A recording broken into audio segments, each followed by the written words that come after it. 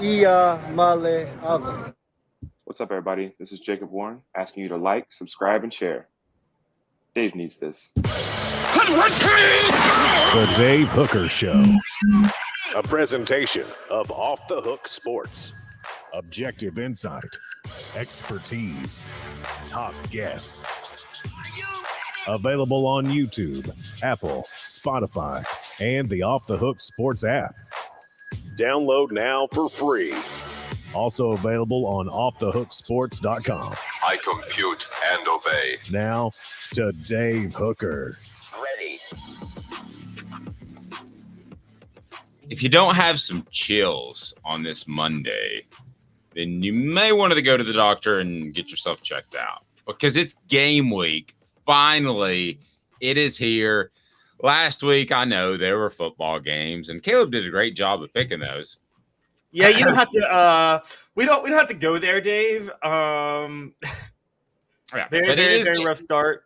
Well, then let's just move on. Well, anytime from now on, I say throughout the program and throughout the week, I say, Caleb, what time is it? You have to reply game week. And that will factor into your bonus at the end of the year. So if I just randomly say like now, what time is it? Game week. There you go.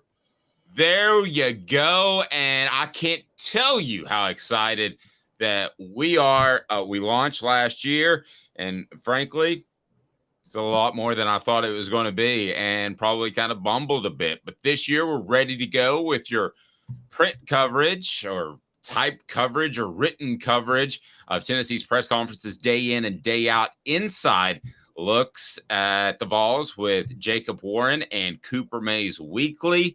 This show with you 10 o'clock each and every weekday. So, man, we're loaded up. Guys like John Adams, Jimmy Hyams, Josh Ward, Fred White. Find a better show. Go ahead and click that like and subscribe button now because we are off and running and excited. On the program today, we've got a lot to get to, as you might imagine. And one of those is going to be Cooper Mays. So if you're a part of what we do, that is, you know that Cooper Mays and Jacob Warren are on the Vol Report weekly. And I visited with Jacob and Cooper, as we always do. And by the way, can we take a second to just say how awesome is it that Cooper Mays is still willing to do this? And yes, he gets paid, and that's NIL. But the fact that he is a man and wants to get, and I'm going to be real honest with you, Caleb. The interview is difficult because I've gotten close to Caleb. I've gotten close to Cooper, unlike any other player I've covered. And to see him hurting and not being able to go out there against Virginia, and I have seen projections, and I'm going to get into more. It's not based all off what Coops told me, but I'm going to get into more. We've seen projections that maybe he might be back by Florida. Who was the first person to say that the day after the announcement was made, Caleb? That was you. You got one prediction right. Somebody on the show is getting them right. Well, I don't think that prediction's right anymore. So I think Florida might be optimistic at this point. So you're dealing with a whole new can of worms. And we're going to get into all of that, what that would mean for Tennessee. But David Michael is nice enough to point on the board. Caleb's predictions cost me $3,000 this week. So go ahead and start to tell me what you're doing because we love this as a family. And what are your plans for the weekend? I'll be in the Hooker press box with a staff this time. Caleb and I will be on constant communication. We'll have Caleb Giroux, probably have something from, I don't know, a guy named Jimmy Hyams, who's been the sports writer of the year in Tennessee 5 times. That's not easy to do. So you go ahead and tell us what you're doing this game week, as it is good times to be alive in East Tennessee. And I'll go ahead and tell you right now, this is why, with the exception of maybe Ohio and Michigan, people in the Big Ten don't wake up and get uber, Penn State maybe, but they've still got the Steelers, don't get uber excited. Every town, with the exception of Vanderbilt, does not have another team to root for. They've got a team that's been there for hundreds of years. But every other town in the SEC loves college football first and foremost, and that's what it's all about. And let's not forget, we get caught up in disagreements in NIL. We get caught up in disagreements with transfer portal and this and that. We talk about is somebody being a diva or not, and some of the dumb things that go on with the NCAA. And it's been a sport, Caleb, of arguments basically for over 100 years. Who should be the champion? Who should do this? And that's what it's based on, sort of. It's actually based off the product. The product is absolutely incredible. What they put on the field year in and year out, maybe not as pure as it was now that the players are getting paid, but I can tell you one thing, it's more pure than the universities reaping benefits from them and them not getting any of it from NIL money. So, Caleb, how are you, sir? You look fantastic, perky, ready to go. I'm great. I am great. I have mentally gotten over what I lost on Saturday, and I'm ready to make it all back this week. We'll have our predictions on Wednesday and Thursday. I'll give you my gambling picks. I'm going to make it all back, guys. Don't worry. You'll get rich listening to me. You got options. Okay, so let me ask you this. Can we start? I got locked out of a fantasy football league. Do we want to start like a fantasy football league or one of those eliminator things so we can figure out through the season who is the better at prognosticating picks? I think we should do that. I'm not going to beat you on the spread, dude. I mean, that's not a game. It's not going to be fun. And so I'm not going to get in the fight with Mike Tyson. I'm just not going to do that. Also, coming up on the program, the main goal of the Vols against UVA Virginia. We'll have a preview of them.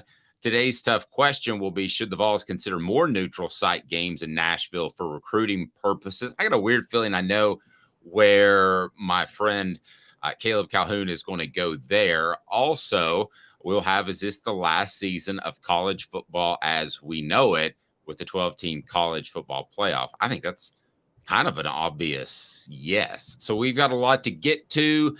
Let's begin with this. Why week 1, week 0, let's begin with this. Why week 0 results are news and encouraging for the Vols. And this will include the very latest on Cooper Mays. So that's why I threw that news in there, not just the games, but what I've been told over the weekend and what happened in various games all across the world. How that affects the Vols. Is it good or bad for them? Here we go. 4 Downs brought to you by Zen Sports. 4 downs. 4 questions. 4 answers. The Dave Hooker Show. 4 Downs. A presentation of offthehooksports.com. Did I mention we'll have full coverage of the press conferences later today and throughout the week? And that and 4 Downs with some Coop news is brought to you by Zen Sports, the new sports book in Tennessee, revolutionizing the way you earn sports betting rewards. That means no more deposit bonuses that turn into deposit nightmares. On Zen Sports, what you see is what you get. And with their cash rewards program, you get a lot of cash. So 4 Downs is now, and the one, the only, the man will bring us in, Cooper Mays. Cooper Mays here. Hit like and subscribe. And Cooper, if you're watching, I'm sorry we couldn't connect yesterday. I had a big get together of my son. We're sending him off to college, and we had pounds of barbecue left over, and I was going to take it to him, and he was in treatment until I had to leave. So he doesn't know it yet unless he's watching right now, but I think I'm going to have my mom drop over a ton of barbecue. What do you think about that? You would appreciate that, Caleb? I think that'd be great. I think he'd love it. Are you a barbecue guy? Oh, you're Memphis. You're from Memphis. I'm a barbecue snob. I don't get barbecue outside of Shelby County. No, I hear you. Well, no, I love the Carolina mustard sauce. First time I covered a game in South Carolina, the sauce alone was like, this is different and good. You didn't even get the good Carolina mustard sauce, though. You got it in South Carolina. It's way better in North Carolina. Oh, well, I didn't know. Well, we got, you know what we got to do? We got to take this thing on the road more often. Mhm. Yeah. And the only 2024, barbecue baby. I do Memphis. 2024 road tour. I want my barbecue cooked Memphis style. I will, if I do sauce, I'm with you. The Carolina sauce I will do. The only other exception I'll do is I will do Texas barbecue because it's a different kind of barbecue because it's beef, but they actually will smoke it the way with the dry rub sometimes. So David says, I'm making homemade Chipotle chicken, having the family over. Everyone is dressing in Vols gear. Going to be a great day. If anybody would like to invite my family, since I can't go, I've got to cover the game, to a tailgate, feel free. I said that once on the radio, and the next guy called up and said, are you just asking for someone to feed your family for the day? And I said, basically, yes.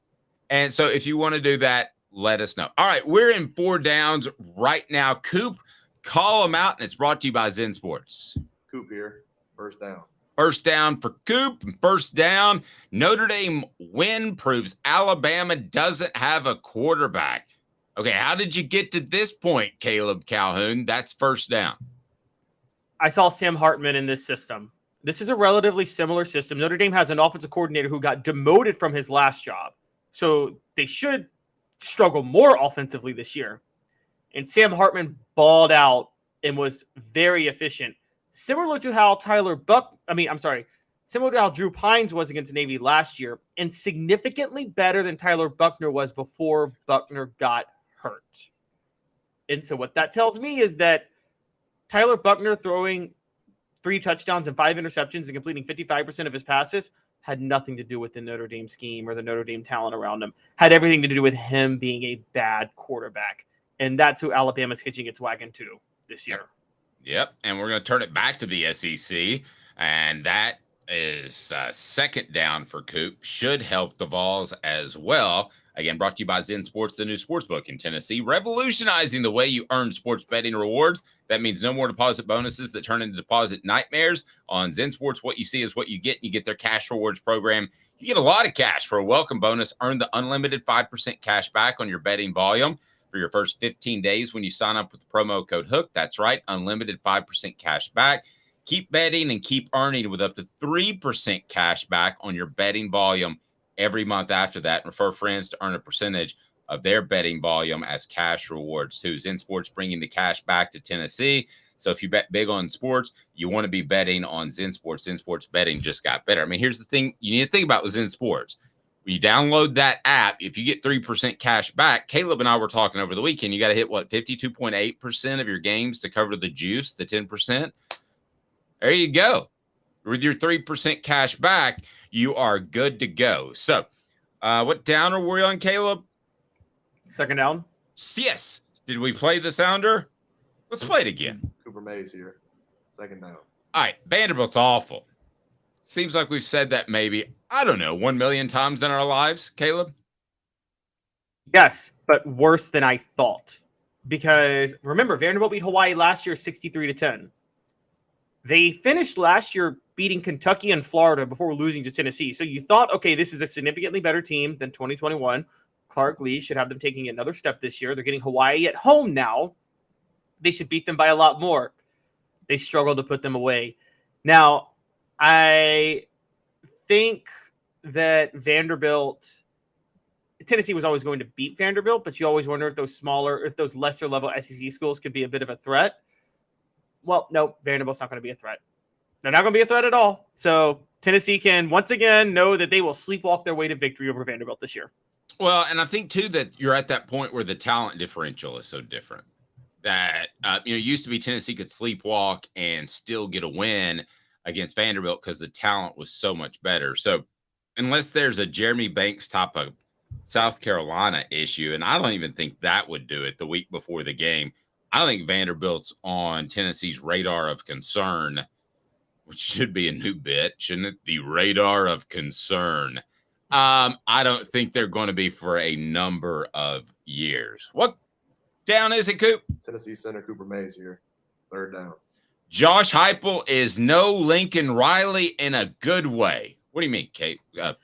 Coop? So Caleb? I think a lot of the Calhoun? I think I think a lot of the hypo concerns is he Lincoln Riley East, which is to say they have a similar style of offense, but they just don't even care about defense whatsoever. I think that's put to bed. Tennessee last year would not have given up 28 points to San Jose State. They wouldn't have. And I don't think they would do that this year. And what you're seeing is, yes, does Tennessee have some weaknesses on defense? Yes. Are they going to give up more points than usual because of the tempo they run and teams coming back? Yes. But largely their issues on defense right now is just a personnel thing because of what Heupel inherited when he took over. And it has Lincoln Riley, on the other hand, just flat out does not care about defense. And that's very, very, very clear. And I don't think Josh Heupel is anywhere in the same stratosphere as Riley on that. I think he does care about defense. He lets Tim Banks run the show, but I think he wants to make sure that his defense is up to snuff. Lincoln Riley has the philosophy of, I got a Heisman winning quarterback. If you score, I'll just make sure he scores in response. Yeah, so I think we need to take a second to look at what Josh Heupel is doing defensively.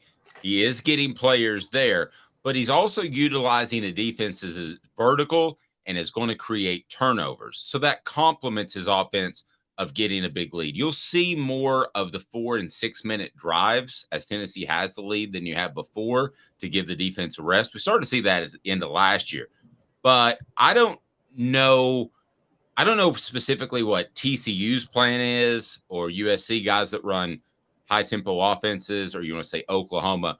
What's their defensive plan to offset that? Because you can't play traditional defense and build a program with that style of offense. You've got to do a little bit something different. And I think that that's exactly what Josh Heupel has done with Tim Banks. So I know the news that you want to hear about. 4th down, Coop. All SEC center Cooper Mays here. 4th down.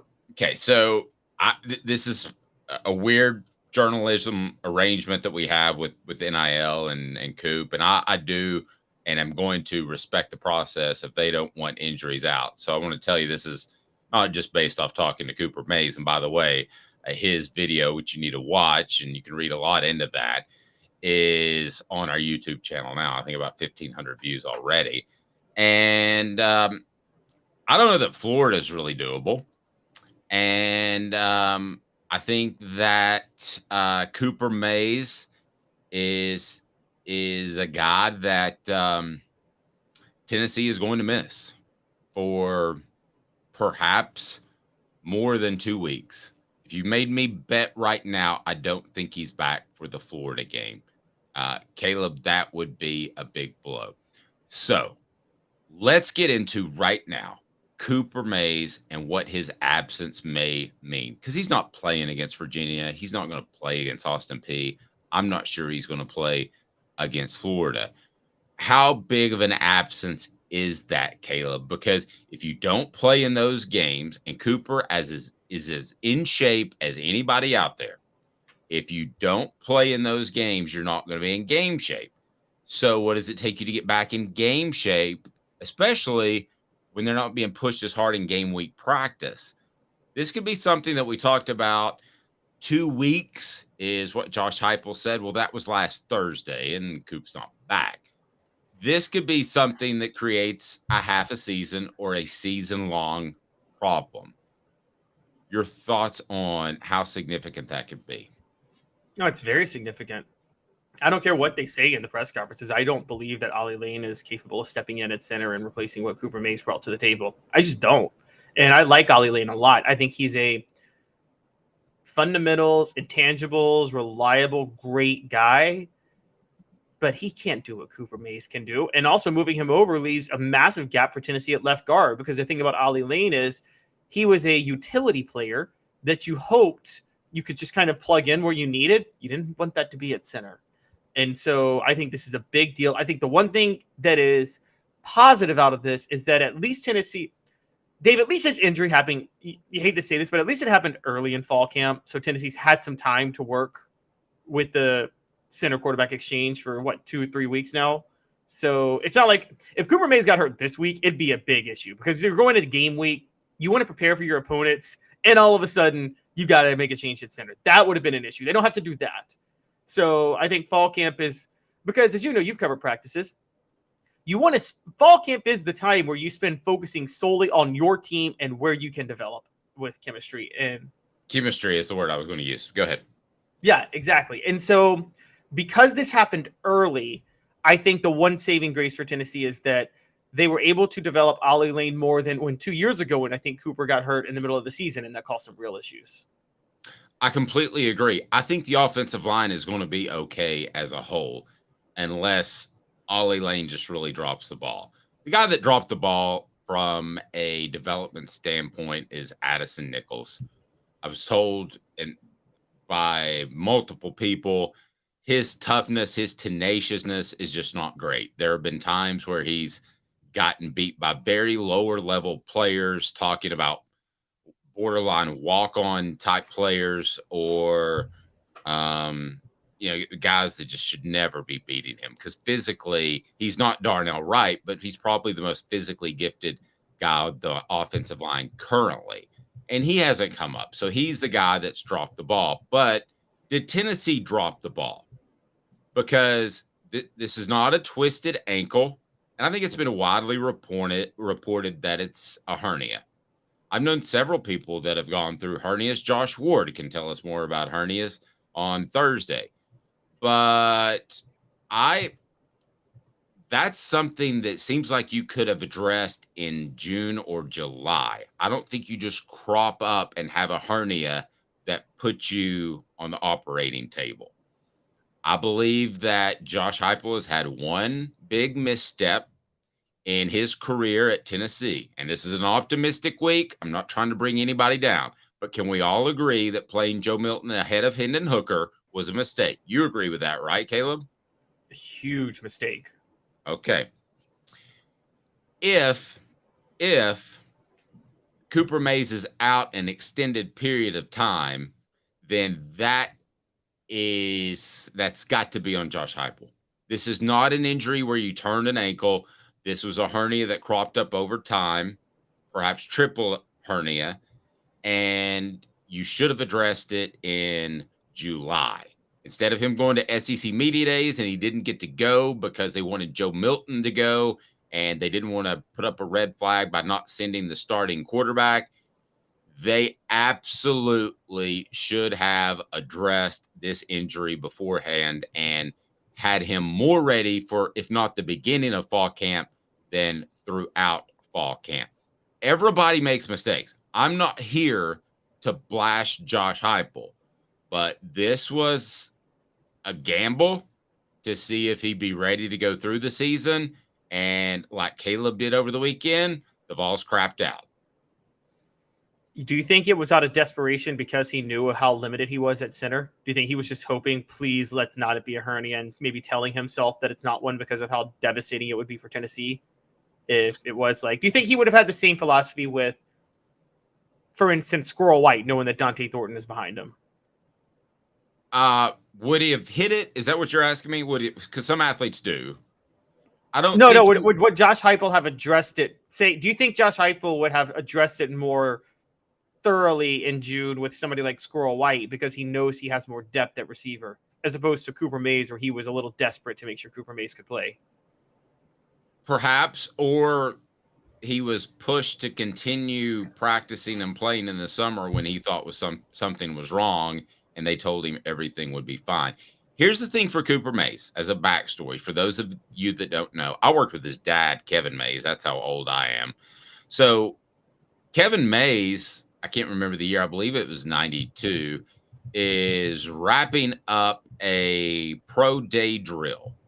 And according to all scouts of reporters I've talked to that covered that pro day, he was going to be a first-round pick. He was projected to the Dallas Cowboys, as a matter of fact. And, man, wouldn't it be awesome to be a part of that group they had in the early 90s that won 3 Super Bowls? He would have been in the middle of that.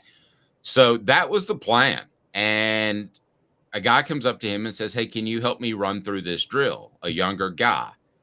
Well, he then suffered one of those bad injuries, like the knee injury that will tear an artery, so you lose part of the muscle mass in your leg. This is not an ACL that you can repair nowadays and put together. And back then, ACLs were never the same. Ask Chuck Webb. But that was an injury that completely erased his career. The moment it happened, he had no pro career. So Cooper Mays is going to go in this, and he is not going to go in to any game, which he said on the Vol report brought to you by Campbell, Cunningham, Taylor, and Hahn, which he said this. I know I'm going to be 100% when I go back. Because remember his sophomore year, what happened? It was one injury after another. This now gives him the label heading into the NFL, even if he's healthy for Florida, and I don't believe he will be. This gives him the label of injury prone. Having another season marred by injury does that. There's no two ways about it. And Tennessee, I believe, wanted him to play. I thought he could get through it. I also think that Cooper Mays wanted to play because he is a combatant. He's a competitor. He's a guy you want on your side. And I think that he probably wanted to get out there as much as anybody. But at the end, whether it's Coop or it's the medical staff or it's Josh Heupel's decision, given a 50-50 on an injury case, which does happen, this didn't work out. This did not work out. He's not ready for the opener, and it certainly didn't work out if he's not ready by Florida. But I was told by somebody within Tennessee's program, few weeks. Few weeks. That doesn't sound like 2. That sounds more like 4 to 6 to me. The person didn't want to be specific, but said few weeks. Almost to the point where he wasn't dismissing Cooper, but he was dismissing Cooper for the near future. So this is a team that's thinking about life without Cooper. I'm guessing I'm predicting, I'm giving you inside knowledge, that's at least a month. So let's say they get through September unscathed. So then what does October bring you? Caleb, I'm sure you have the schedule in front of me and know it by heart. I don't know if I know it by heart, but isn't it Texas A&M, South Carolina, Alabama? Is it Kentucky? I mean, just the gauntlet. The gauntlet is October, as it always is with Tennessee. Well, that's not when you want to be getting back to game shape. That's not. And then you have to make decisions over whether or not to put him out there. Now, you're wrong. I'm sorry. Texas A&M is when you want to be getting back to game shape. I mean, I'm sorry. They're going to be so bad this year that you're going to want to get back into game shape against Texas A&M because they're just going to – guys, I'm telling you, Texas A&M is going to be awful. It is the perfect type of game to test some things out because they are going to be a bad team this year. Well, I mean, they still got talent on the defensive line. So, we could debate whether or not they're going to be good. You don't want to bring a guy back against an SEC opponent. You would agree that, right? I mean, you want to bring a guy back against an Austin Peay, give him a few snaps, see how things go. You do not want to bring a guy back against an SEC opponent. No matter, you and I may feel different about A&M, but I mean, they still have. I'm going to push back on that, and here's why. The big reason why is I know this with defensive line more than, and you do too. It applies here more than any other position.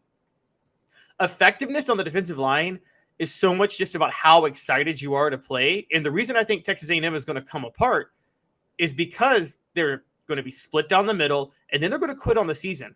Well, if any unit quits on the season before any other unit, it's the defensive line. And I just think there's going to be a complete, genuine lack of interest by the time they're playing Tennessee this year. And so that's where I'm at. Well, if you're right, that'll help Coop. Right now, if I'm Josh Heupel, I don't want him coming back against an SEC opponent. That's not what I'm shooting for. So coming up on the program, we are going to discuss a number of things, and that is the main goal for the Vols against Virginia. And also, should the Vols consider more neutral sites game in Nashville for recruiting purposes? I'm going to say heck no, and I'm going to throw an idea out there that Caleb thinks it's crazy, and that's fine because I still love him. But we're going to get that out there as well, as the Vols will face Virginia noon in, what do they call it now? What's the corporate sponsor? Oh, I don't even know the name of this game. No, the name of the stadium now. I don't even know the name of the stadium. Oh, it's Nissan Stadium. Yeah, Nissan Stadium. So with all that being said about Coop, I believe that Tennessee's offensive line will still be a positive addition to this team. So I think you have positive addition. I think you have positives on a football team and you have negatives. You have positives that are going to win you more games than they're going to lose. They're going to contribute to more victories than losses. And you have guys that won't.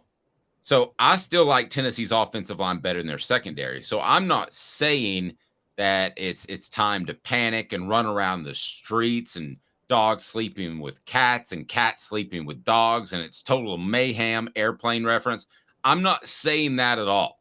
But what I am saying and telling you is that this is a very significant loss. But I think Tennessee's offensive line will actually be fine. Should the Vols consider more neutral site games in Nashville? I'm going to tell you why and why not. But I'm also going to propose an idea that I thought of over the weekend that I could tell by Caleb's text. He thought it was pure stupidity, which that is fine. I thought his picks were pure stupidity. So I think Caleb might call me dumb here in a little bit. We'll find out. That's always entertaining, though, one way or another. So hang tight. We'll be with you in 2 minutes to tell you why the Vols playing in Nashville is a good or bad thing.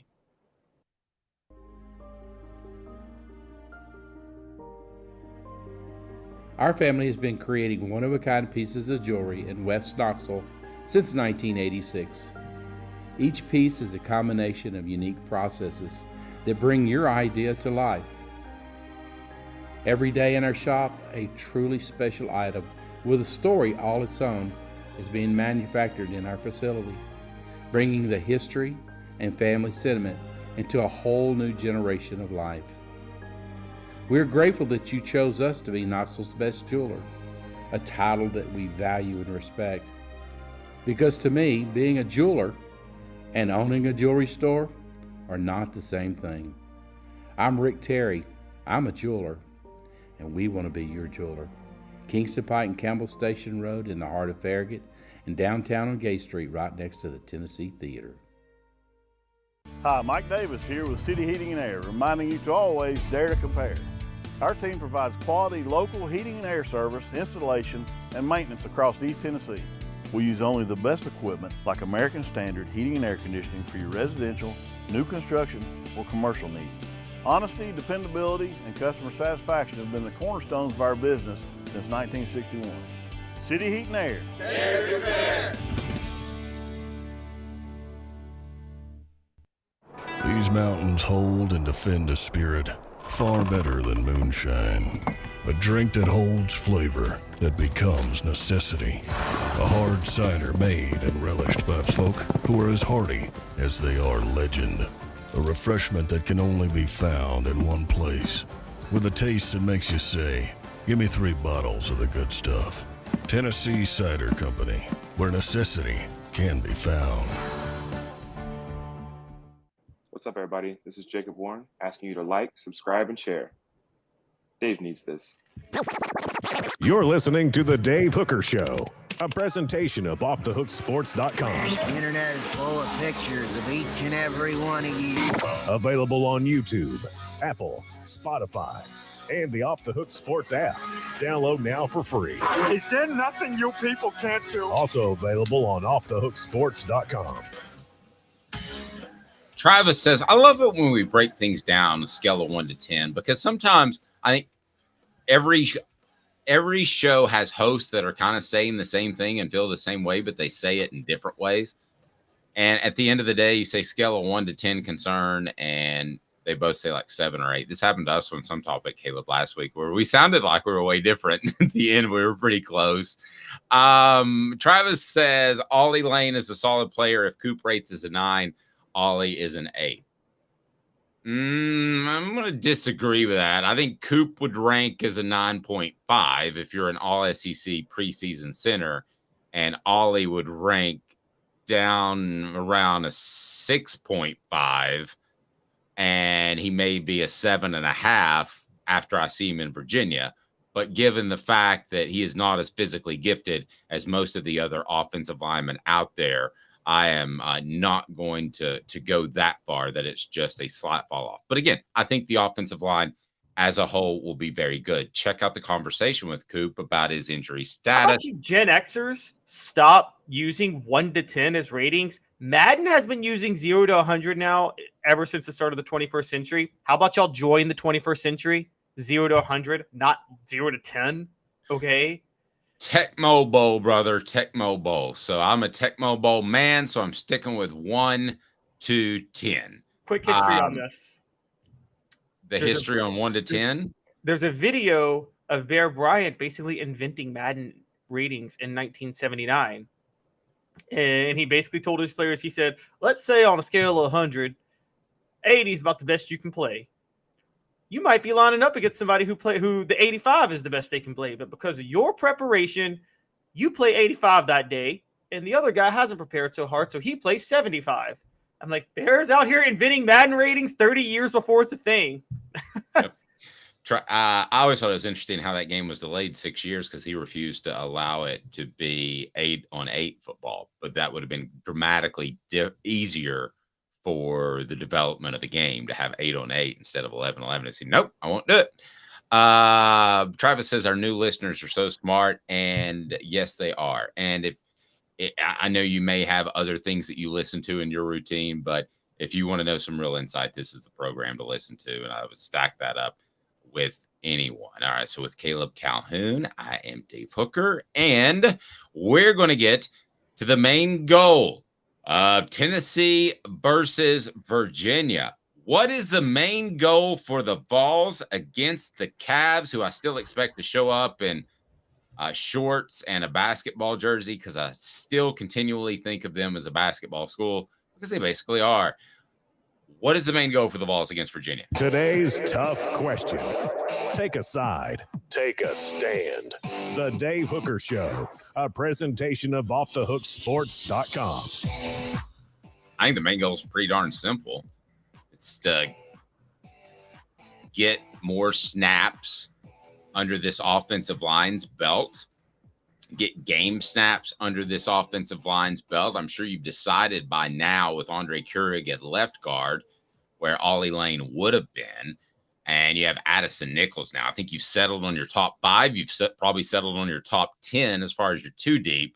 I think that, because I think Tennessee's going to win the game easily. So to me, the main goal is just make sure your offensive line is comfortable without Cooper Mays for however long that may be.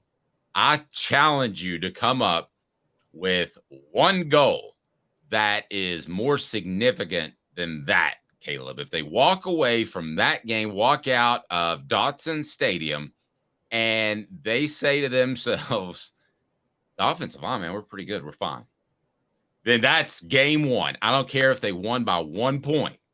I think it's better for Tennessee to feel good about their offensive line leaving that game and win by 1 point than to win by 60, because the Cavs turned the ball over 15 times, and you're like, man, we're still struggling in the interior of that offensive line. Because consider this grad school, these next 2 games, and you better be ready to go out and get a job in the real world. Because this is grad school. This is the last chance to get it right before you have to earn a paycheck. So that, to me, is clear cut. I feel like I should have let you go first because maybe you would have said the same thing and I kind of chopped you off there. But I think you're going to have trouble beating me on that one, Caleb. Well, the offensive line is going to be tested because Virginia has all 4 starters returning on their defensive line this year. So there is some experience there, which is helpful for an offensive line. I don't know how much you value that. I do know returning starters can, if they're not good, it doesn't matter that they're returning. But so maybe they won't be tested. I'm sorry, I disagree. The goal needs to be to have a Josh Heupel type of offensive performance. They need to hang 50 or 60 on Virginia. And the biggest reason they need to hang 50 or 60 is no one can pretend that Tennessee's not entering this game with some anxiety and question marks surrounding Joe Milton right now. And he's got this backup quarterback who I believe and you believe was created in a lab specifically to run Josh Heupel's offense. That is the the most high-profile quarterback pickup Tennessee's had since Peyton Manning. Joe Milton's got to ball out, and Tennessee needs to hang 50 or 60, because if they win by 1, or if they win by 10, or if they win by 15, even if the offensive line plays well, Dave, you will immediately start to hear some Nico Iamaleava rumblings, and I don't think that's good for the team. So I think it's pretty – I'm not saying what you're saying isn't important. The offensive line really needs to find itself, but Joe Milton has got to hang 50 or 60 on Virginia. And, he's got to blow them out. And not because Virginia turned the ball over 15 times. No, because he threw for 4 touchdowns and 875 yards. I'm kidding, not 875. But he threw all over the field. He racked up tons of yards. We have to walk away from this game on Saturday saying, man, Joe Milton is really good. Like, we have to be thinking maybe he is in the Heisman race. Because if he's not, we might be talking about pulling him. Now, I'm going to disagree. I don't think the hook's that quick based off what I've been told. But I also think that Joe Milton will play well. And if Virginia has a couple of things with an offseason to prepare for Tennessee, just like back in the day, you had an offseason to prepare for, let's say, the option like Georgia Tech would run, or, say the wishbone like Nebraska would run. So they may throw some things out there that surprise Tennessee, and Tennessee has to adjust to. And Tennessee may win the game by 14 points. I don't think anybody's going to be pulling for Joe Milton to lose his starting job. Yeah, you want to go out there and impress people, but at the end of the day, man, if I'm walking out of there with a 1-point win and I feel really, really good about my offensive line, that's what I'm basing my success level on. If they're able to control the ball, because you're right, this is a complete returning defensive line for Virginia, but their 2 best guys are probably edge rushers. So you should be able to push around the interior, even with an injured player, if you're an SEC team. So you're not going to feel good about the offensive line if they win by 1 point. I'm just going to tell you that right now. Well, then that gets back to your point of how does Joe Milton play. I guess what you're saying, there are a couple of things you're saying that I believe are almost out of the realm of possibility. I don't think this game's going to be close, and I don't want it to sound like it's a Tennessee Tech or an Austin Peay. It's not, but I don't think this game's going to be close. I think it'll be close until maybe a final score that Tennessee puts up, and they'll be up by 14 points, 2 touchdowns going into halftime. But maybe you and I are working off different premises that you think this is going to be a challenge. I don't think this is going to be a significant challenge for the Vols. So that's today's tough question. And now it's time for what the H? What the? What was he thinking? Release the hounds. The Dave Hooker Show. Keep cool. A presentation of offthehooksports.com. So I stole this, what the H, and it's about, should the Vols consider more neutral site games in Nashville for recruiting? So I stole what the H from Norm Macdonald's one season run on the sports show, if you remember that, and it was fantastic, but that didn't work out. Norm's tough to deal with. But did you know the movie Rounders? Have you seen Rounders? No, but I know of the movie. Great gambling movie. One guy has a serious problem gambling, and I found out over the weekend that that character was loosely based on Norm Macdonald. How wild is that? Norm Macdonald, when he gave up gambling, he actually took $60,000 he just won in Atlantic City and threw it into the ocean as a cathartic way to give up gambling. So we don't expect you to do that. And with Zen Sports, you will be making money back. But should the Vols consider more neutral site games in Nashville for recruiting purposes? I know where you are on this, Caleb. So please tell me about those awesome Nashville recruits that have come in and dominated the SEC in college football. It's not just, okay, I guess I wasn't as clear as when I brought it up. It's not just should they consider it in Nashville. I was saying they should consider neutral site locations in different spots. Like do one in Nashville, do one in Memphis, do one in Atlanta. different stadiums across the South where you try to have a decent recruiting hotbed. Heck, what about one at like Legion Field in Birmingham? Alabama fans would love that one. And so I'm just saying, and they don't have to be like officially sanctioned home games. But I would say,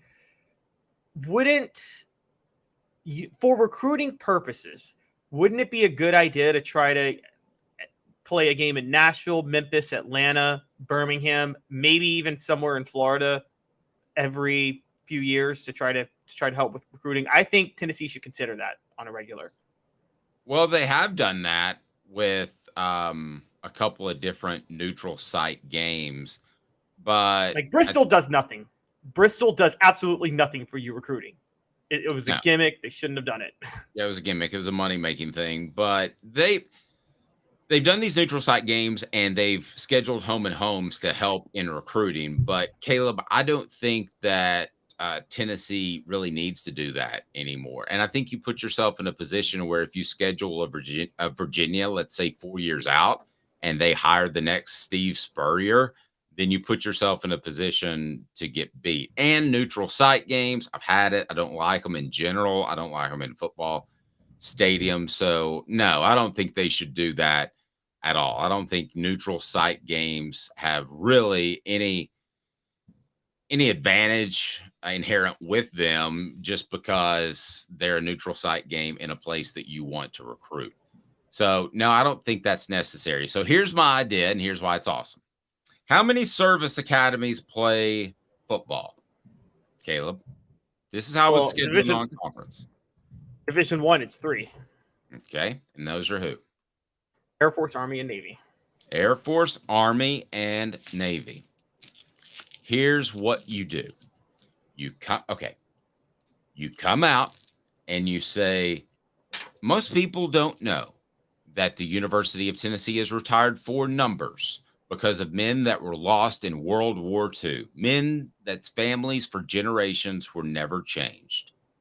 So whether it's really from the heart or you are just doing this because it's a good PR move, you say you're playing the service academies, you're playing 2 of them every year, and you agree to do a home and away with one.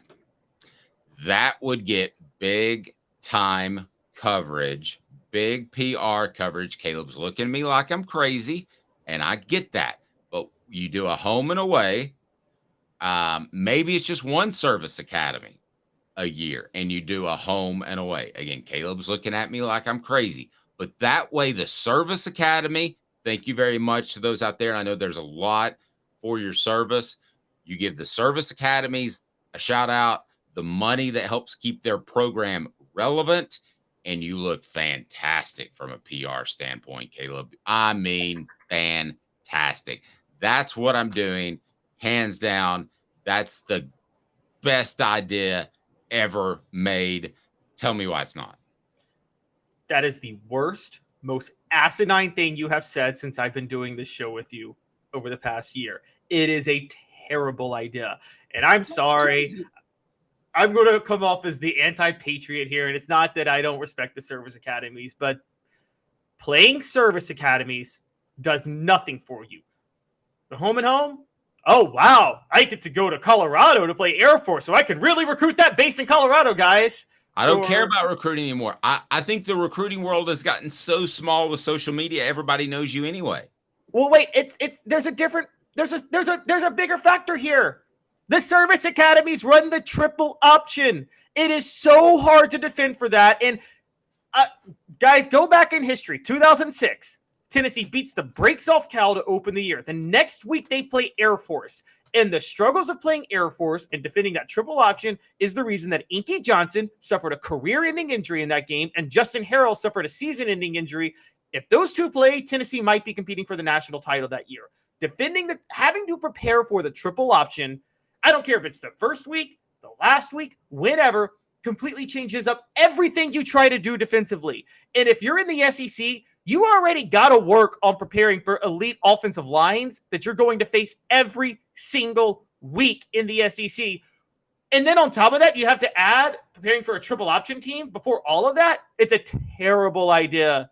Dave, you would be responsible for 5 Tennessee starters suffering season-ending injuries in the opener every year if you did this. Well, it would be a great PR move. You would at least agree with that. Defending yes, the but it wouldn't be triple a option, football move. defending the triple option is not easy, but at the end of the day, Tennessee could slip up against a triple option team, as some teams have done, but it's not going to happen a lot because the talent level is so different. You could slip up against a triple option team. These teams are also not going to be considered quality wins ever in the college football playoff. But after this year, that doesn't matter anymore. You've got a 12-team college football playoff, so you're going to make it in. I think I love the idea. I thought about it over the weekend. Nobody cares about who Notre Dame is playing in Dublin, Ireland, unless it's a service academy. And I think Tennessee could get that sort of good buzz, good vibe off of playing the service academies. And I would love to see it. Yes, that was. And they could lose their 5 best defensive players for the year, which would happen every single year. You would get 2 season-ending injuries at a minimum every single year because they are not prepared to defend that triple option. It is I don't know how cut blocks are allowed. Chop blocking has been banned since the 1980s. I think cut blocks should be banned too. They're so dangerous. Well, let's make sure everybody knows the difference. So a chop block is when you're engaged with an offensive lineman and somebody takes out your legs. A cut block is when somebody just takes out your legs as a way to block you, which is legal. Right, exactly. And if you notice, that's why defensive lines facing the triple option that don't prepare for it regularly, they line purposely like 2 yards off the line of scrimmage because they don't want to give the offensive line a chance to hit them low on the block. It is so dangerous. It is I don't want to say it's an unfair way of playing football, but it's a cheap way of playing football. Now, you might argue that downfield blocking for offensive linemen is a cheap way of playing football too, which Josh Heupel has fully taken advantage of. But that does not open up risk for injuries the way the triple option does. I think it is a very, very, very, very dangerous way of playing football, the triple option. I've never been a fan of it, and I definitely don't think you should be opening up to schedule to defend the triple option on a weekly basis. By the way, Tennessee a couple years ago, I don't know if you know this, they had Army on the schedule. Danny White just straight up killed the game. He said, "Nope, we're going to play." Well, I straight up hated that at the time. Straight up hated I thought it was genius. They took the PR blunts. They were like, "Oh, that's so wrong. That's so cowardice." It was smart. It was smart. You have a brutal SEC schedule. You don't need to interrupt it by totally having to change your game plan. Because, by the way, these service academies, I don't know if you noticed, Dave, they're all capable of 9 or 10 win seasons on a yearly basis. They do that regularly. Do you really want to play a team that you covered that Air Force game? That Tennessee doesn't lose to Florida the next week if Air Force doesn't give them so much trouble the week before. That was a problem.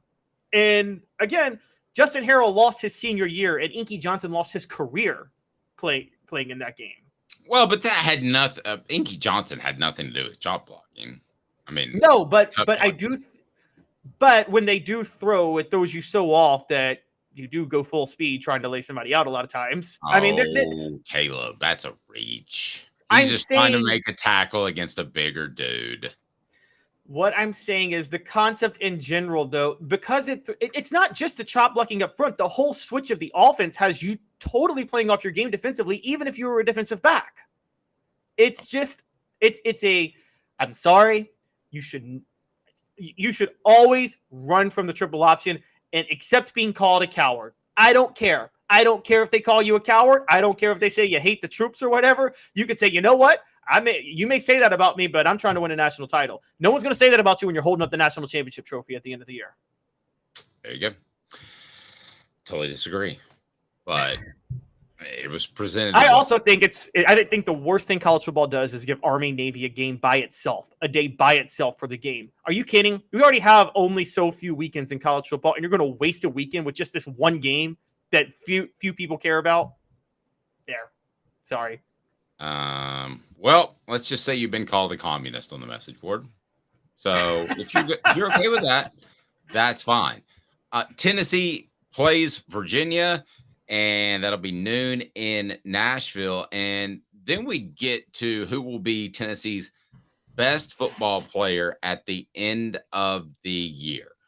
I'm going to let you determine the criteria of what you say by best, because you could say last year that Hendon Hooker was the best because he led everything. But on the flip side, you could say Jalen Hyatt won the Blitnikoff Award, so he was the best player. Best player brought to you by Andy Mason, AndyMasonRealEstate.com. Best prices, best service in the biz. Andy Mason, realestate.com. He is phenomenal.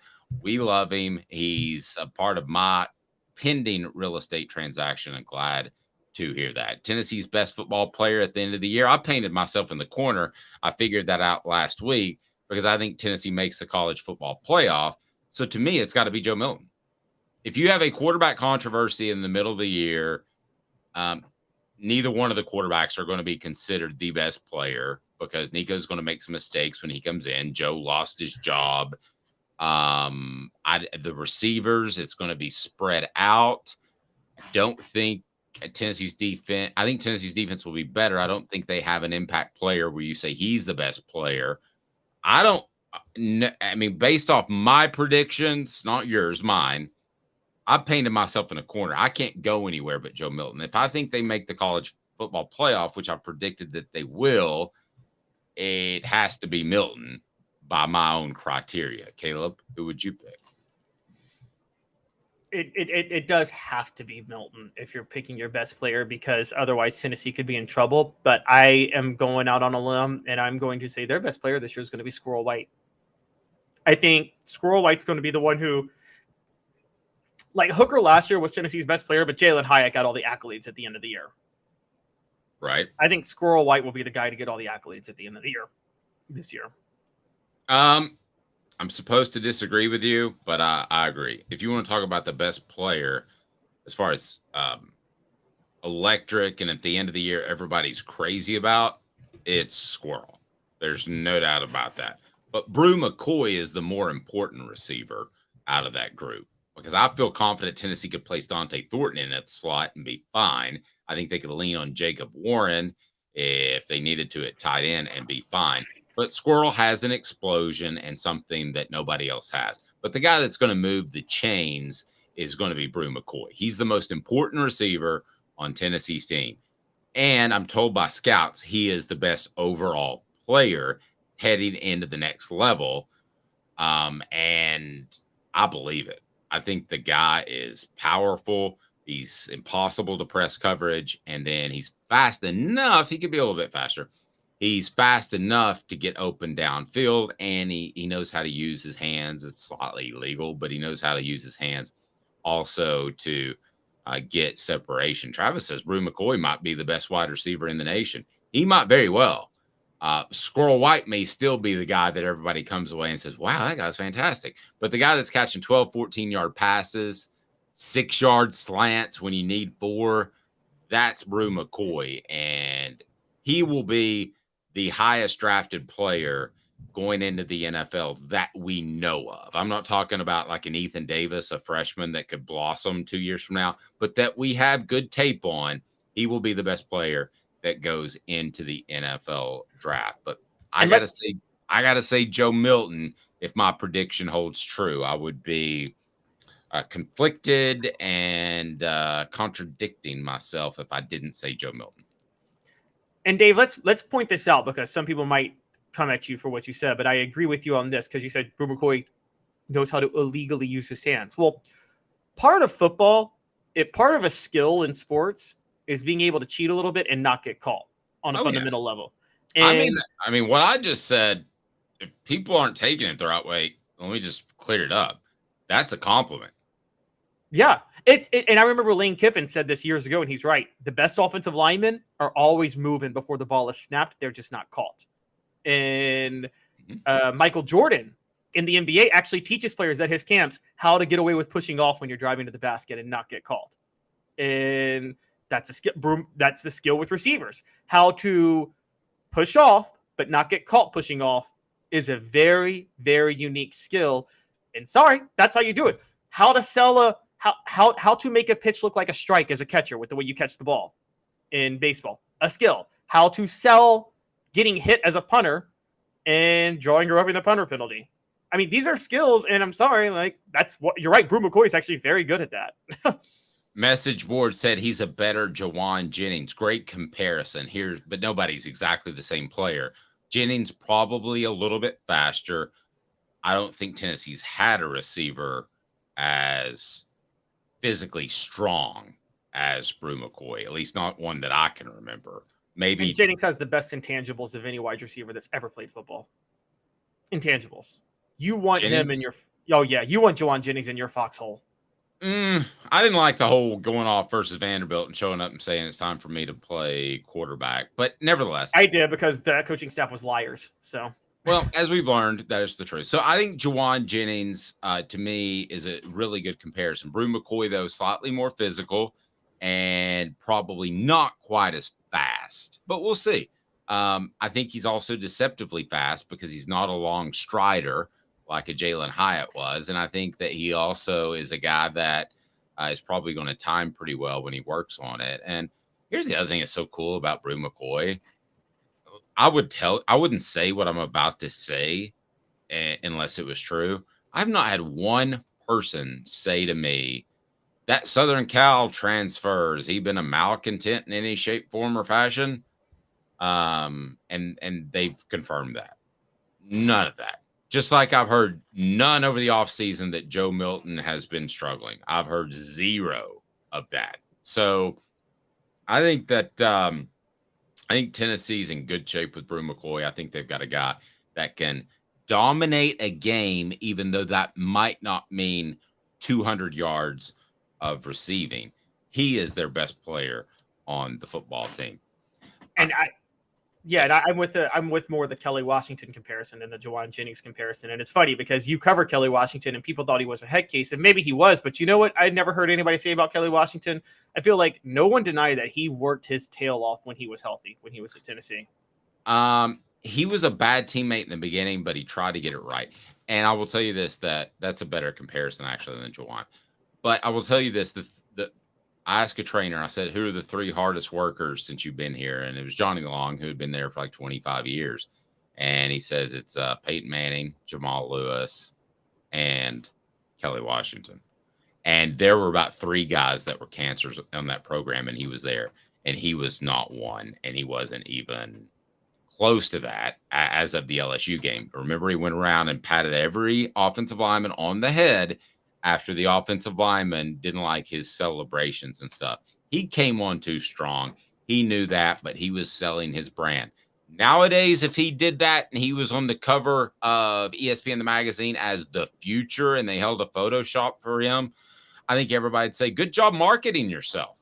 But back then, it seemed like a little much. Kelly Washington and Casey Clausen are by far, not even close, the 2 most misunderstood balls that I've ever covered. I mean, if you don't want Casey Clausen to walk into your program, you better be Southern California, a guy that just won the Heisman Trophy. Because other than that, every program would be bettered by a Casey Clausen stepping in, even though he's not a great runner and is never going to be. And I hear he's not the Iceman anymore. He's more like the bald man. He's losing his hair. He shaved it. He shaved it. It may have been thinning just a little bit when I covered it. Do you think now, particularly that, do you think maybe Arian Foster's in that list of misunderstood Foster? Or do you think he brought on, he earned a lot of the hate that he got from fans? Not misunderstood at all. That's him. Yeah, I mean, well, also remember, I'll give you a couple of examples. Making the media wait 45 minutes just to talk to him, and it was by design because he'd already had a shower and he was just sitting in the locker room to make him wait because he thought it was funny.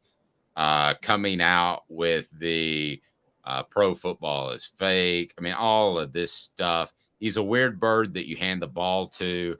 But ultimately, when did he start showing up around Tennessee? 04, 05, right around then? Nope. I'm talking about after his playing days. Oh, he didn't come back until like last year, I think, or something like that. Yep. So at least Kelly Washington, you knew what you got. You got a mercenary. But Arian Foster is all kinds of messed up in the head.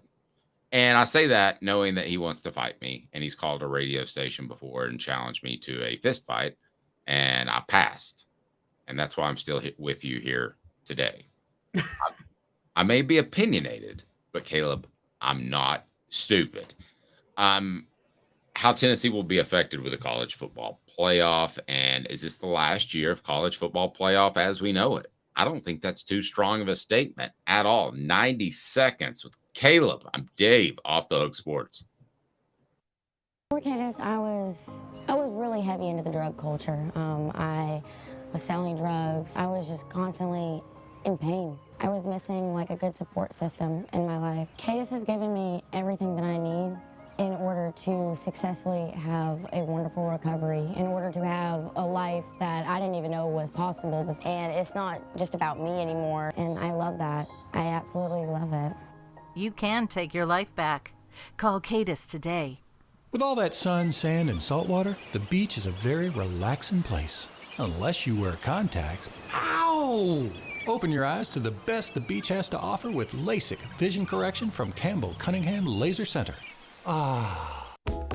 Sports Treasures in North Knoxville is one of the South's largest sports cards and memorabilia dealers, featuring over 10 million sports cards from vintage to modern. Sports Treasures carries a full line of hobby boxes, singles, autographed memorabilia, Tennessee Vol collectibles, fan cave decorations, and so much more. See a museum full of collectibles at Sports Treasures, 4819 North Broadway in Fountain City, and Sports Treasures on Facebook. Sports Treasures, where the real sports fan goes to shop. Who's this guy? Hello, who is it? The Dave Hooker Show, Who? a presentation of Off the Hook Sports, What? YouTube, Apple, Spotify, and the free Off the Hook Sports app. Back to Dave Hooker. Got the message board saying that they'll fight Arian Foster for me, which, we could probably make that into a charity event. Let me see if I got his number. Yep, I've still got his number. That's what you want to do. Really? We could probably set that up. I don't know, but that was the first time that anybody called me, and I was like, "Hey, Arian, you want to be on the show?" And he goes, "I do," and I had no idea which direction he was going. And he got on the air and he immediately wanted to fight me. And I was doing the show with Terry Fair, the former All-American cornerback who was a talk show host with me for a year and a little bit more. And he said, he stepped up. I'll give him this. He said, "Arian, Dave hasn't said anything about you." That's the thing about talk radio and talk heads and streaming shows, is that sometimes we'll refer something to somebody says on the message board, or we're getting set up to take some callers too. If you think that's a good idea, let me know in the message board. Would you like to verbally be a part of the program?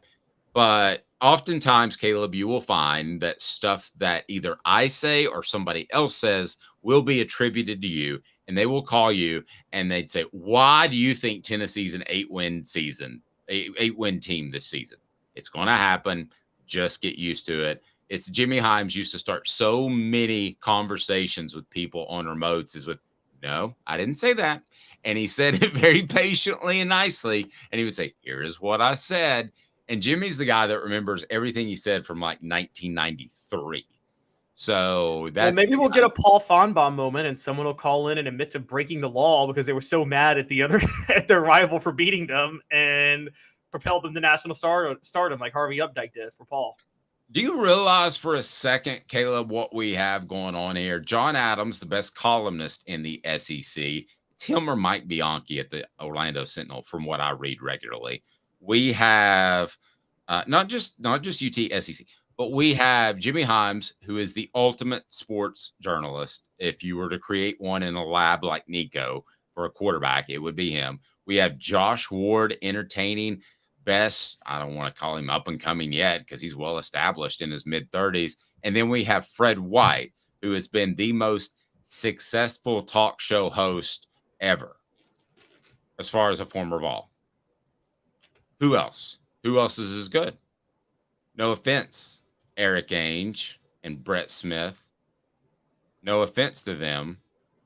I didn't even realize Brett Smith was on it with him. But no, but but I think he's on with Josh from 12 to 3. Anyway, oh, sorry. Who? What name do we not speak on this show? I'm sorry. I didn't mean to sorry. It was kind of a high joke there. It was a went over my head. I'm not smart enough, Dave. Okay, so already some people that have off the hook call in. I love it. So that's my one of my goals for today. Hooker calls. Yeah, I'm really excited because I get to shut down most of the business side and I don't have to call Caleb and say, cover for me because I got this meeting. And I get to just create content for you. So we're going to explode out of the chute, Caleb Giroux as well. But you find a better lineup and I'll give you a Hooker shirt, but you're not going to. And I'm going to make the announcement right here. Celebrate 98, the book, will be purchasable everywhere by Labor Day. So we'll start releasing it to the various services this week. And then it's out there and we're good to go and we're excited about it. But let's get to college football. And I'm going to change up your question a little bit after our 3:45 a.m. production meeting. You said, is this the last season of college football as we know it? I think that's an easy question. Yes. You have a 12-team playoff, an 18 Big Ten. You have no Pac-12, 16-team SEC. I'm just going to ask you, is it better? Will it be better in 2024 moving forward than it has been? No. Now, it may be better in Caleb. Hold on, Dave. It may be better in 2030. That's crazy. It may be better in 2030, but it won't be better in 2024. And it's just too disjointed, too disorganized at this point. What will make it better will be finally when the SEC and the Big Ten get all the teams they want and they create their own conferences within conferences. So you kind of go back to conferences, but the SEC and the Big Ten are governing bodies with teeth that the NCAA never was. And I don't know if that happens in 2030, 2035, 2037, whenever. But no, next year it's not going to be better. Nationalizing college football is so short-sighted, and I keep insisting this. If you make it closer to the NFL model, well then, Dave, I'll just watch the NFL. Why would most fans would just watch the NFL at that point? College football's selling point is that it's something uniquely different from the NFL. And so the more you make it like the NFL, the less you make it uniquely entertaining. And I'm telling you, that's going to happen. The reason college basketball is selling, you don't see college basketball do the NBA playoffs, do you? Imagine if March Madness was like, let's do the NBA playoff model where we have a best of 5, a best of 7, a best of 7. People would be like, that's terrible. That's awful. And what makes March Madness unique is the whole upset city, whatever. And also, by the way, it's also what makes the rest of the college basketball season complete trash because nobody cares for the 3 months that the regular season is going on. Okay, but let me stop you there for a second. That's not going to be the case with the 12-team playoff because buys and home games are in the bidding. So nobody's going to say, oh, just play Vanderbilt, rest your starters. That's never going to happen in college football. And I believe that people that are football fans through and through, that don't just show up because it's a cool tailgate at Neyland or Nissan Stadium, are going to be football fans of both. When they were both very good in the early 2000s, there were hundreds, because I used to cover Titans games, there were hundreds of cars I would see going back and forth to Nashville, to Knoxville, both ways. They cared way more about one than the other, though, Dave, and you know it. No, well, and I think that's going to be UT. I think it's always going to be UT, and it's never going to change because of tradition. Nashville is a very transient town, kind of like Atlanta is now. Their fan base is fickle.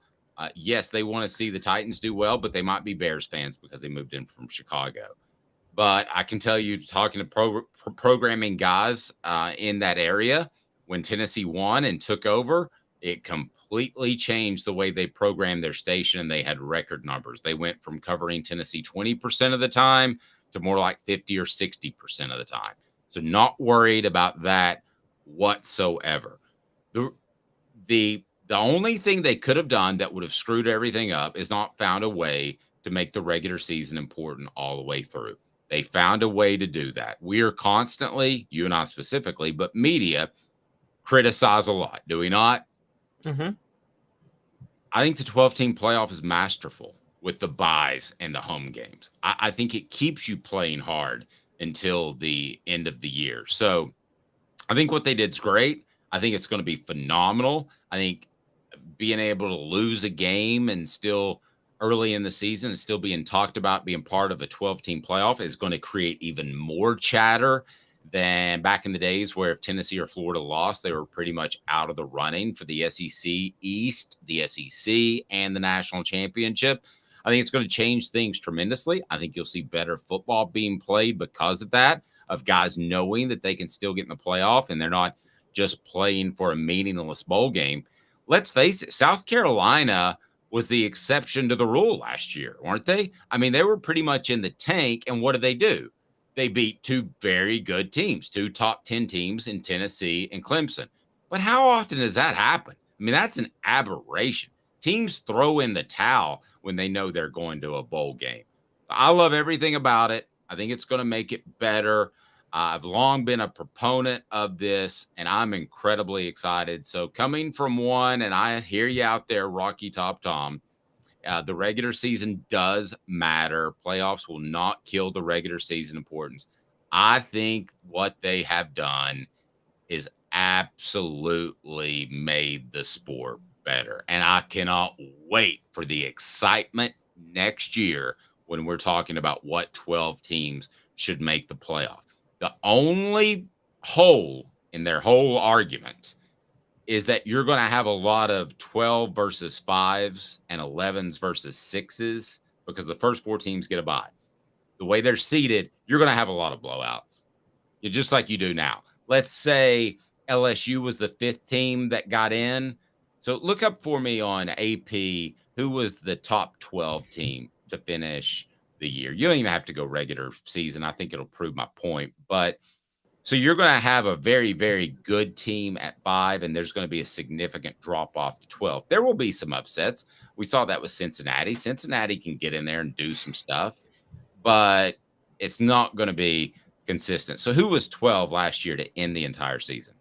Oh, to end, I looked up to end the regular season, but 12 to end the regular season was Washington at 10-2. Well, it was 5. Alabama at 10-2. Okay. Alabama's going to destroy Washington. It's going to be in Tuscaloosa. Washington's going to go home neutered. The Huskies will be neutered, and that's the end of that. So those are going to happen for a while. But what if those teams start getting better and you have more very good teams instead of just 1 or 2 great teams?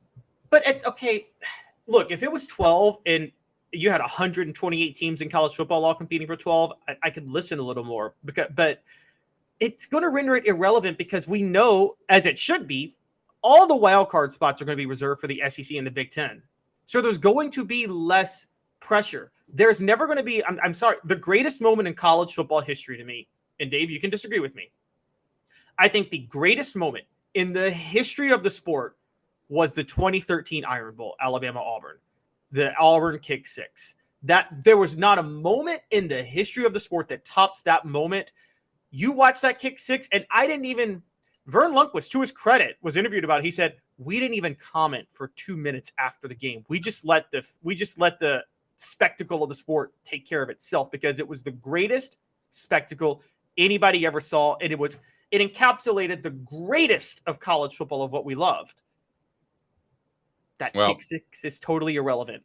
Tom, I love you, brother, but teams aren't going to try to lose the last game of the regular season to avoid a conference championship game. That still means a lot. There's still a lot on the line. Nobody. And you can't, in the game of football, you can't say, let's drop it down a notch. All you can do is pull your starters, which they do in the NFL on occasion. But I don't think that's going to be the case in college football. I think college football is about to explode at a whole other level. Look, there's a way to do a 12-team playoff, by the way, Dave, the way you're talking, and make it good. You know, you make it good. You have 8 16-team conferences, and all 8 conference champs get an automatic bid, and then 4 wild cards. Then every game still matters, and there's stuff to play for at the end of the year. But the way they're doing it right now, one, it's not going to be the top 6 conference champions. It's probably going to end up being the top 2 conference champions because it's going to be just the SEC and the Big Ten. So then it renders every Saturday even less relevant because at least if you're playing for a conference title, well, even now, one loss can knock you out of your conference championship race. And so I'm just saying that, look, minor league baseball, I'll just give you an example. Minor league baseball is completely irrelevant as a sport now. Wasn't 70 years ago, but national television made it an irrelevant sport. Why? Because minor league baseball has the same format as Major League Baseball. And people were like, well, why don't I just watch Major League Baseball then?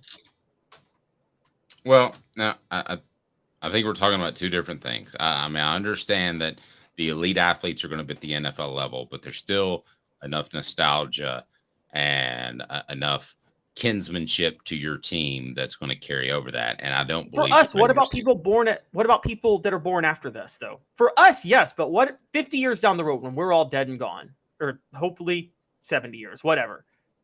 What's it going to be then? The kids that are born today are not going to develop the same affinity for college football that we developed. By the way, Bob Barker dying at 99 years old almost made it. That was a shame. Almost went over $1. Just hit right under the dollar. Yeah, and it was, somebody actually picked that he would be 96 years old, and then the next person said, "I'll go 97." You know how they go one up. Oh yeah. So nice. He did get me through a lot of sick days, so I hate that Bob Barker passed away, and he was so good in Happy Gilmore. And why don't you shut the hell up? And he was. By the way, the whole appeal of Happy Gilmore, the golfer, if that was a real movie, the appeal would have died the minute he got beat up by Bob Barker. Because the whole thing was he's this blue-collar, rough-and-tough hockey player in golf. The minute you get beat up by Bob Barker, you don't have that appeal anymore. Bob Barker was a Gold Gloves champion in the military. Oh, I know that, but Happy Gilmore's whole appeal was that he was a fighter. I mean, he killed an alligator in the movie. Yeah, but it was a pretty good story. I mean, that's a pretty good bit. You gotta give him that. Okay, so moving on. Week 1 has one game featuring top 25 teams. What can college football do to fix this in the future? A college football playoff where 12 teams can get in, and then you can schedule tougher opponents throughout the year because you know that you don't have to be in the top 2 or 4. It's already been done. I'll let you say what you want to about this topic, but I think I just took that puppy and laid it to rest. Nighty-night to my dog, Roo. We named Foo after the Foo Fighters because our family had a great event there, but we've now changed it to Roo because he bounces like the kangaroo. Here's how you do it. You take. By the way, great job of handling that non sequitur that I just threw at you.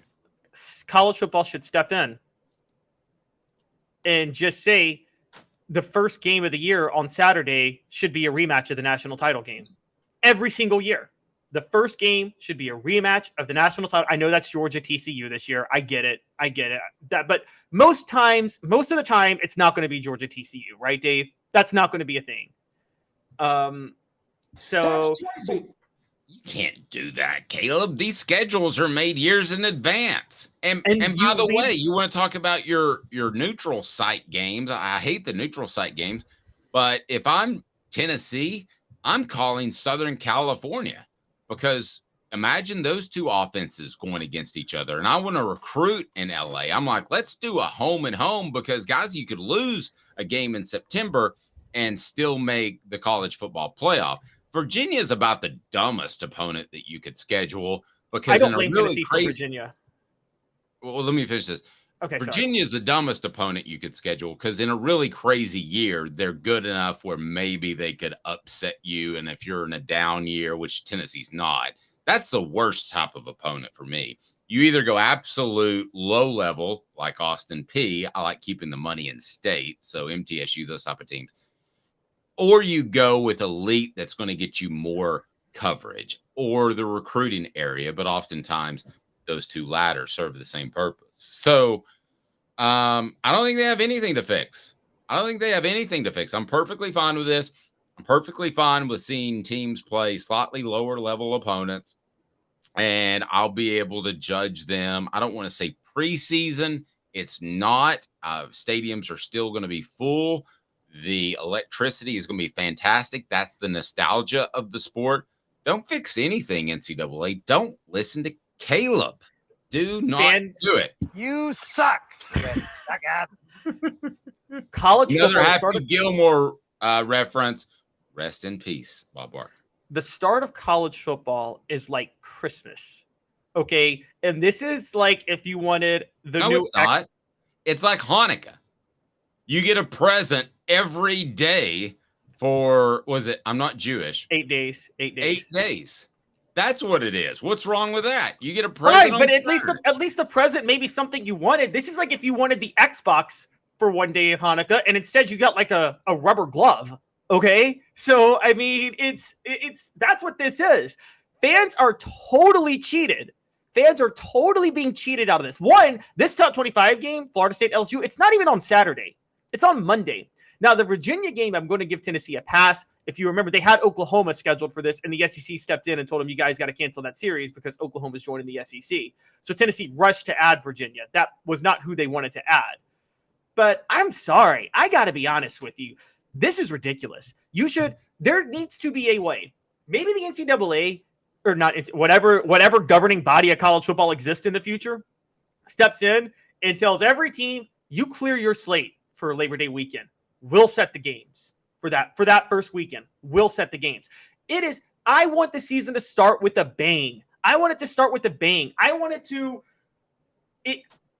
it a few years ago, like when Alabama, Florida State started the year. Now, Alabama dominated, but it was something to look forward to. I want those type of games the first week. I don't mind playing the Austin Peas during the season or things like that. I actually think that's a good thing because for those who don't know, Dave, I'm sure you know, Austin Peay, that's how they keep their football program afloat, is getting to play Tennessee and get their butt speed. So if you don't want the smaller schools to have football programs, or if you want the smaller schools to keep their football programs, you should support the Power 5 schools playing them once a year. I'm fine with that.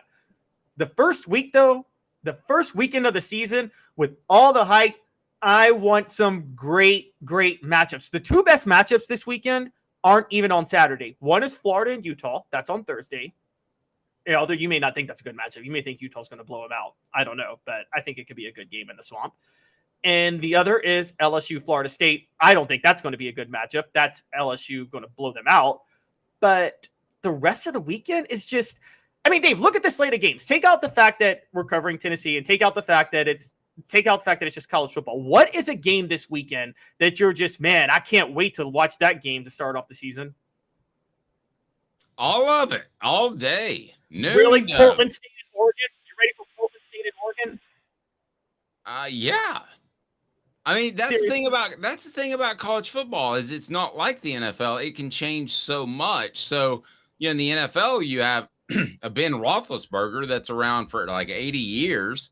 And in the NFL, you got a Hendon Hooker who's at his elite level only 1 year, only plays 2 or 3 years. And those weren't great situations to play in. And so I'm perfectly fine with seeing what people have got. I'm perfectly fine with an easier opponent. No, I got no problem with it. I need 3 top 25 games. I don't think you would see the ratings change significantly if there were 3 top 25 matchups in week 1 as opposed to 1. I don't think it would change that much. I think it's an exciting slate in the first round, not as nearly as sexy as it's going to be in the coming weeks, but I'm down with it. And Travis says, just no service academies, right? Commie. He called you a commie. So I'm, as of the message board, I'm a libertarian last week, which I'm still not 100% sure what that is. And you're a communist. Libertarians believe in no government, period. So, like, for instance, they don't even believe in the police or roads. They're like, nope, everything should be privatized. So no police, no roads, no firefighters, nothing. That's a libertarian. I don't know that I'm that far. So that's why I don't like to be labeled, and that's why I don't share my politics. But I'm sorry, you're just wrong on this in every way. The first weekend should have at least 3 top 25 games. Three. That's all, on Saturday. On Saturday. 1 at noon, 1 at 3:30, 1 at 7.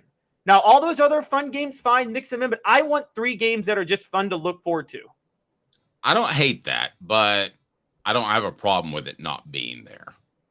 So, it's always kind of been that way in college football. I think it's Tennessee playing Syracuse to open 1998. That was beautiful. 2 top 20 teams. But nobody knew Syracuse was going to be that good. If you go back that far, they were making those schedules 8-10 years in advance. Donovan McNabb was like 10. Yeah, but Syracuse was still a top 20 team when the two faced off that year. And I mean, that made we act like these top 25 games hurt. It helped Tennessee. It clearly helped Tennessee. So I just look, I'm sorry. I'm totally for this. I think Georgia Clemson 2 years ago, that was beautiful when they played each other. 2 top 5 teams, 2 top 10 teams. I want a couple of those every year. Well, you got Alabama and Miami one year, and Alabama just trounced them. I got no problem with it. I mean, if you want to do your noon 3:37, I think that's a pretty good idea. But you're scheduling these games years in advance, and to hope that you get 2 teams at the top of their game based off personnel and based off the way they've been trending is being very, very hopeful to me. Nobody even tried with these. What? Nobody even tried with these, though. Nobody even tried, and that's my issue. It would be one thing if, but again, why should you when you're trying to make a 4-team playoff? Now, if you can make a 12-team playoff, Danny White, instead of putting aisles of cereal in Thompson Bowling Arena, should be much more concerned about scheduling some marquee opponents. Do it yourself. Go out and do it yourself. If the guy that's mowing your lawn doesn't do a good enough job of it, go do it yourself. But here's Caleb telling me that the NCAA needs to get involved in scheduling. Good Lord, Caleb, everything else they touch, they screw up. The NCAA's problem is they never were an effective governing body because the power was taken away from them in the 1980s. But yes, I would have loved the NCAA to get involved in scheduling. Schedule a couple of big games a year. I'd love it. Terrible idea. But I would like to see an SEC Big Ten matchup. How about an SEC Big Ten matchup SEC Big Ten challenge every year? Like the first week of college football, make it like the bowl games back in the day where you have like an SEC Big Ten challenge for a couple of teams and Pac-12, ACC, whatever. I know those don't exist anymore, but have 3 Tennessee Cal 2006. Remember when Eric Ainge was like, we're playing for the whole SEC? That. Make college football start off like that. That's on Danny White, not the NCAA. The NCAA comes monkeying around in your business, and suddenly there are problems. He's Caleb Calhoun. I'm Dave Hooker with you weekdays, 10 a.m. live on YouTube. Wherever you stream, it's there as well. And I want to highly encourage you to hit the notifications button because we've got all kinds of good stuff coming up. Also, you know what I need you to do is I need you to subscribe and tell a friend. And we're going to start giving away great stuff. I've still got some Hooker shirts, maybe a little bit dated because there's no Hendon, but there's still a Dave.